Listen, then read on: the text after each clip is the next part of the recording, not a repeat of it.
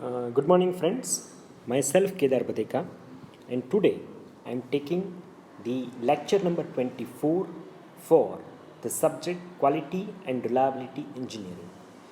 In the previous series of the lectures, we are discussing about the different quality standards. In the previous series of the lectures, we are discussing about the QS standards, and this ISO 9000 series I already discussed in the previous lectures also, but this is a very overall introductions of the ISO 9000 series. But in today's lecture, I would like to uh, teach you about the ISO 9000s in a very detailed manner. So I hope the ISO 9000s, which is very helpful things, those who are working in the industries right now, and those who are still not working, but they are the one step ahead to enter into the industries in the after the next 6 months. So which is very helpful for themselves also to understand about the quality assurance firms as ISO 9000s, which is the beautiful standards to learn, and which is very helpful in the industries if you have a certain kind of the knowledge of the ISO 9000. And if you are working in those field and those organization in those department who are still not getting the ISO 9000 standardization certificates, so as a young engineer, you can tell them, I have a knowledge about the ISO 9000s, and I know what kind of the documentations is needed to get a standardized product. So based on that aspects, I want to give you some more informations about the ISO 9000. So let's start the discussions over the ISO 9000s. So first we start as our discussions with the ISO 9000s. Before, we have to understand about the quality management system, which is known as a QMS. A quality management system, QMS, is defined and establishes an organization's quality policies and objectives. जो एक QMS department होता है वो define करता है या फिर establish करता है कि ऑर्गेनाइजेशंस के अंदर जो है क्वालिटी के लिए क्या पॉलिसी होगी और क्या ऑब्जेक्टिव्स क्वालिटीज़ के लिए होंगे. It is also allows an organizations to document and implement the procedures, और वो इसी हिसाब से उनको अलाउ करता है ऑर्गेनाइजेशंस को कि उनको किस तरीके से जो है डॉक्यूमेंटेशंस करना चाहिए, और इस प्रोसीजर का जो है वो रियल टाइम में जो है वो प्रोडक्ट के ऊपर, प्रोडक्ट की प्रोसेसेस के ऊपर, प्रोडक्ट की क्वालिटीज़ के ऊपर, उस तरीके के परफॉर्मेंस के ऊपर किस तरीके से उसका इम्प्लीमेंटेशन होना चाहिए, which is needed to attain this goals. A properly implemented QMS is ensures that अगर आप इस पॉलिसीज़ को, इस सिस्टम को, क्वालिटी मैनेजमेंट सिस्टम को आप प्रॉपरली इम्प्लीमेंटेड करते हैं, the procedure are carried out consistently. इस प्रोसीजर को आप कंसिस्टेंटली जो है वो आपको फॉलो करना है, उसको वहाँ पे आपको रन करना है. That problems can be identified and resolve. So उस तरीके से आपको अगर प्रॉब्लम किसी चीज़ के अंदर आ रही है तो उस प्रॉब्लम को आपको आइडेंटिफाई के करके उस प्रॉब्लम को आपको वहाँ पे रिजॉल्व करना है. And that the organisation can continuously review and improve its procedure and product and service. और इसी हिसाब से जो है वो ऑर्गेनाइजेशंस का जो है वो एक कंटिन्यूस एक रिव्यू और इम्प्रूवमेंट सिस्टम जो है वो चला रहता है. उसके अंदर उसका प्रोसीजर, उसका प्रोडक्ट और उसका सर्विस, इस तीनों चीज़ों को जो है वो लेके वहाँ पे इनका रिव्यू और इम्प्रूवमेंट सिस्टम चलता रहता है. It is a mechanism for maintaining and improving the quality of the product and service. तो यहाँ पे ये जो QMS है, ये QMS ही इम्प्लीमेंटेशंस करवाता है और वो देखता रहता है, मेंटेन करता रहता है कि किस तरीके से क्वालिटी को इम्प्रूव करना चाहिए और किस तरीके से मेंटेन करना चाहिए प्रोडक्ट के अंदर और सर्विस के अंदर, so that they consistently meet the exits the customers employees and state needs to fulfil their quality objectives. और इसी हिसाब से जो है वो कंसिस्टेंटली जो है इस चीज़ को फॉलो करते हुए वो उस चीज़ को कस्टमर के भरोसे को जीत सकते हैं, कस्टमर की नीड को सेटिस्फाई कर सकते हैं और डायरेक्टली उसके क्वालिटी ऑब्जेक्टिव्स को जो है वो आप फुलफिल कर सकते हैं। So ISO 9000 is a family of the standard is related to quality management system. तो क्वालिटी मैनेजमेंट सिस्टम जो है वो एक बहुत बड़ा घर है, उस घर में से जो है वो एक कमरा जो है वो ISO 9000 है। उसी ISO 9000 is a family of the standards is related to quality management system, right. उसी एक फैमिली में से जो है वो एक स्टैंडर्ड्स है जो बहुत रिलेट करता है QMS से, and designs to help the organisations and ensure that they meet the need of the customers and the stakeholders।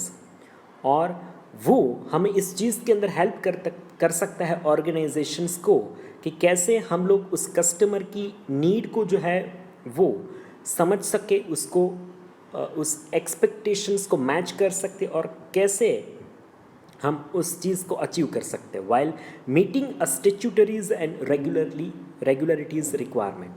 और उस दौरान जो है वो आपको कुछ स्टैट्यूटरी और रेगुलरिटी जो है वो मेंटेन करते हुए जो आप कैसे इस चीज़ को फॉर्म करोगे।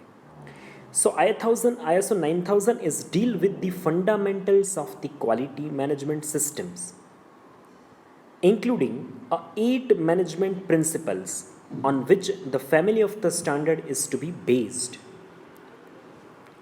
तो basically the ISO 9000 is deal with the fundamentals of the quality management system। तो basically वो डील करता है कि जो फंडामेंटल्स है क्वालिटी मैनेजमेंट सिस्टम के, उनके साथ जो है वो ISO 9000 जो है वो बेसिकली डील करता है, which is including 8 management principle. और उसके अंदर 8 मैनेजमेंट के प्रिंसिपल्स जो है वो बेसिकली रहते हैं और उसके ऊपर ये जो है वो पूरा स्टैंडर्ड जो है वो बेस्ड जो है वो करता है। International standards is promote and international trades. जो इंटरनेशनल स्टैंडर्ड्स रहते हैं वो इंटरनेशनल ट्रेड्स को प्रमोट करते हैं by providing one consistent set of requirements and recognised around the world. वो हमें इंटरनेशनल ट्रेड के अंदर कंसिस्टेंटली जो है वो एक सेट ऑफ रिक्वायरमेंट जो है वो हमें रिकॉग्नाइज करवाता है, जो एक्चुअली वर्ल्ड के अंदर अभी जो है वो एम्फसाइज है। ISO 9000 can help a company to satisfy the customers' meet regularity requirements and achieve a continual improvements। So ISO 9000 basically हमें हेल्प कर सकता है कि हम कैसे उस कस्टमर की डिमांड्स जो है, जो नीड्स है, उसको मैच कर पाए और वो भी एक रेगुलरिटी रिक्वायरमेंट्स के साथ, और कैसे हम इस चीज़ को कंटिन्यूसली इम्प्रूव करते जाए। It provide a base level of the quality system. वो हमें एक क्वालिटी सिस्टम के लिए जो है वो ISO 9000 जो है वो हमें बेसिकली एक बेस जो है वो प्रोवाइड करता है, not a complete guarantee of quality. इससे ऐसा कुछ डेवलप नहीं होता कि आपने ISO 9000 ले लिया तो आप इस चीज़ की गारंटी दे सकते हो कि यहाँ से इस सिस्टम से, इस प्रोसीजर से जो है वो जो भी निकलेगा वो एक क्वालिटी की गारंटी के साथ निकलेगा। नहीं, ये हमें सिर्फ बेस बना के देता है। अब आपको जैसे ISO 9000 आपने एडप्टेशंस कर लिया, जैसे आपने एडप्टेशंस कर लिया तो उसके अंदर आपको रेगुलरिटी रिक्वायरमेंट्स को देखते हुए, आपको कस्टमर की नीड को समझते हुए उसके अंदर कंटिन्यूसली आपको इम्प्रूवमेंट करने रहते होते हैं। अगर आप उस चीज़ को नहीं करोगे तो फिर आप उस चीज़ को फुलफिल नहीं कर पाओगे। That is not a guarantee from the ISO 9000 originally, which is published in the 1987 by the international organisations for the standardisations. ISO ने जो है वो ये स्टैंडर्ड जो है वो 1987 के अंदर डेवलप किया था. A specialized international agency for the standardization which is composed of the national standard bodies of 90s countries. तो ये एक स्पेशलाइज्ड इंटरनेशनल एजेंसी है जो एक इंटरनेशनल स्टैंडर्ड्स को डेवलप करती है और उसको नेशनलाइज स्टैंडर्ड्स के बॉडीज़ के थ्रू जो है वो 90s कंट्री ने 90 कंट्री के अंदर ये लोग इस स्टैंडर्ड को फॉलो करवा रहे हैं, इसको एडेप्टेशंस ले रहे हैं. सो द 8 मैनेजमेंट प्रिंसिपल, ये चीज़ जो है वो काफ़ी बार जो है वो एग्ज़ाम के अंदर और ISO 9000 और QMS के अंदर बहुत बार जो है वो इंटरव्यू में भी पूछी जाती है, एग्ज़ाम में भी पूछी जाती है. तो ये आपके लिए दोनों तरीके से जो है वो मुझे लगता है कि बहुत हेल्पफुल चीज़ हो सकती है. ये कौन से 8 QMS प्रिंसिपल्स हो सकते हैं? First, you have to focus on the customer focus. Second, the principle which is a leadership. Third principle which is the involvements of the peoples. आपको को लोगों को जो है वो क्वालिटी इंप्रूव करने के लिए लोगों को जो भी इस प्रोडक्ट के साथ, जो भी इस प्रोसेस के साथ, जो भी कहीं ना किसी छोटे से एक नज़रिए से उस प्रोडक्ट उस सर्विस के साथ जुड़ा है, उस सारे लोगों को आपको इस सिस्टम के अंदर इन्वॉल्व करना पड़ेगा. A process approach, system approach to the managements, continual improvement system. Then the 7th principle which is about effectual approaches to the decision making. एक डिसीजन मेकिंग के लिए एक आपके पास एक फैक्चुअल अप्रोच होना चाहिए. म्यूचुअली बेनिफिशियल सुपीरियर रिलेशनशिप्स, एक mutual beneficial superior relationships होनी चाहिए. So these are the basic 8 quality management principles. Based on that, the origin of that base of ISO 9000 is to be formed. So this 8 QMS or quality management principle is based on that. So now we start a depth discussions on the ISO 9000 series. So in 1987, basically the ISO 9000 series was developed. ISO 9000 series itself a continuous improvement process after the development of the basic ISO 9000 series, right? In 1987, in that standard itself, some of the improvements, some of the modifications in the form of the ISO 9001 to are developed by the series of the time. So ISO 9000 is specifically at the initial time which is explains about the fundamental quality concepts. तो ISO 9000 किस चीज़ के बारे में पहले basically discuss करता था? तो कि explain only about the fundamental quality concept. वो ज़्यादा तौर पे ISO 9000 के अंदर आपको फंडामेंटल क्वालिटी कंसेप्ट के बारे में जो है वो आपको जानने को मिलेगा. And they are provide the guidelines for the selections and applications of each standards. और उनके अंदर वो हर एक कंसेप्ट के लिए जो है वो एक गाइडलाइन प्रोवाइड की गई है कि आप उसको कैसे उसको सेलेक्शंस कर सकते हैं और उसका applications of what is the applications of each standards. हर एक स्टैंडर्ड का जो है वो क्या एप्लीकेशन है उस इसके साथ जो है ISO 9000 के अंदर जो है वो बेसिक डिस्कशंस किया गया था. Then after the certain times the development which is also happens in the ISO 9000 with including some of the contents. So ISO 9000 which is 9001 which is discussed about the model for the quality assurance in the design, development, productions, installations and servicing. So ISO 9001 which is basically discussed about the model for the quality assurance. Quality assurance के लिए जो है वो एक model के तौर पे वहाँ पे आपको एक गाइडलाइन मिल जाएगी. Quality assurance in the field of the design, in the field of the developments, in the field of the productions, in the field of the installations and in the field of the service. किस तरीके से इन सारे field के अंदर जो है वो आप एक क्वालिटी एश्योरेंस मॉडल जो है वो डेवलप कर सकते, इसके बारे में ISO 9000 के अंदर जो है वो डिस्कशंस किया गया. इसके लिए आपको सारे बेसिक फंडामेंटल थिंग्स आपको ISO 9001 के अंदर जो है वो आपको मिलेंगे. Then afterward that, the ISO 9002 is developed, which is discussed about a model for the quality assurance in the field of the productions and installations of the manufacturing system. यहाँ पे स्पेसिफिकली 9000 जो 2 है वो डिस्कस कर रहा है कि manufacturing system के अंदर किस तरीके से जो है वो क्वालिटी एश्योरेंस मॉडल, जो क्वालिटी एश्योरेंस का जो है वो मॉडल जो है वो क्रिएट किया जा सकता है प्रोडक्शंस एंड इंस्टॉलेशंस के दौरान, specifically in the manufacturing system.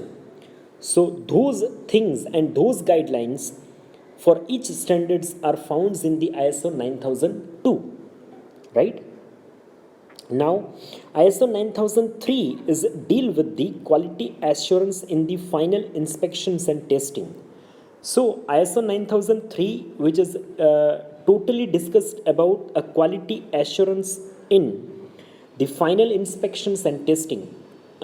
Quality assurance कैसे हमें एक फाइनल इंस्पेक्शंस और टेस्टिंग के अंदर जो है वो मिल सकता है, वो हमें इसको अंदर 9003 के अंदर इसकी गाइडलाइंस जो है, इसके रेफरेंसेस जो है वो हमें मिल सकते हैं. Now the ISO 9004 is the given the guidelines for the applications of the standards in the quality management and the quality systems. 9004 जो है which is given the informations about a guideline and applications of the standards for a quality management in a quality system. तो quality management and quality system की जो guidelines हैं और applications जो standards हैं उनके बारे में ISO 9004 जो है वो डिस्कशंस करता है. ISO 9000 and ISO 9004 are the guideline standards. ये जो है वो दोनों तरीके से एक बोल सकते हैं कि गाइडलाइन के स्टैंडर्ड्स हैं. They describe what is necessary to accomplish the requirements outlined in standard 9001, 2 and 3. So they are basically what is necessary to accomplish the requirements outlined in the standards of the ISO 9001, 2 and 3. So what are the advantages of ISO 9000? So the quality is maintained with use of that ISO 9000. ISO 9000 registration is also has a significant bearing on the market credibility as well. अगर आपका organisations ISO 9000 जो है वो उसका registrations उन्होंने किया है तो आपकी ऑर्गेनाइजेशंस का प्रोडक्ट का एक मार्केट के अंदर जो है वो क्रेडिबिलिटी जो है वो डेवलप्ड हो जाती है. Opportunity to compete with the larger companies. इसके साथ आपको एक ये बेनिफिट मिल सकता है कि आप बड़ी कंपनी के साथ जो है वो आपका प्रोडक्ट को compete करवा सकते हो. More time which is spends on the customer focus. आप कस्टमर के फोकस के ऊपर ज़्यादा टाइम जो है फोकस कर सकते हो. A confirmations that your company is committed to quality. आप एक तरीके कन्फर्मेशंस दे सकते हो कि आपका कंपनी जो है वो क्वालिटी के साथ जो है वो कमिटेड कंपनी है. इट्स ऑल्सो में facilitates trades and increased market opportunities. ये हमें एक और तरीके से एक तरीके से फैसिलिटेट करता है कि हम इसको मार्केट की अपॉर्चुनिटीज़ को कैसे इंक्रीज़ कर सकते हैं. In can increase a customer confidence and satisfactions. इससे जो है वो कस्टमर का कॉन्फिडेंस एंड एक तरीके से इसका सेटिस्फेक्शंस जो है उस प्रोडक्ट के बारे में जो है वो आप बढ़ा सकते हैं. So ISO 9000 have a certain kind of the clauses. That clauses is the requirements of the standards are specified in the following clauses. So the clauses number 4 from the ISO 9000 which is discussed about the quality management system which is QMS. Clauses 5 which is discussed about the management responsibility for the ISO 9000 about the ISO 9000s. The clauses 6 which is discuss about the resource management. Clauses 6 जो है वो resource management के बारे में हमें informations देता है. Clauses 7 is discuss about a product realizations. Clauses 7 जो है which is discussed about the product realizations. Clauses 8 which is discussed about the measurement, analysis and improvement. This all informations are getting with the different clauses are inbuilt in the ISO 9000s, and they are giving a certain kind of the specific informations you can get from that clauses. So now the quality management clauses has what the informations we can get from the quality management clauses. You can get a general requirements, documentations requirements, quality manuals and control of records and document. आप किस तरीके से, आपको general requirement मिल जाएगी, किस तरीके से documentations का रिक्वायरमेंट्स रहता है वो आपको मिलेगा, मैनुअल जो क्वालिटी का रहता है वो आपको मिलेगा, and the control of that records and documentations का इंफॉर्मेशन आपको मिल जाएगा. A management responsibility clauses, so which is included as a customer focus, quality objectives, quality policies, quality management system planning, management representatives, internal communications. Those informations are management responsibility planning, responsibility clauses has included. What resource management requirement clauses is included? So it is included as a competence, awareness and training, infrastructure, the informations about the infrastructures and the work environment, which is included in the resource management requirement clauses.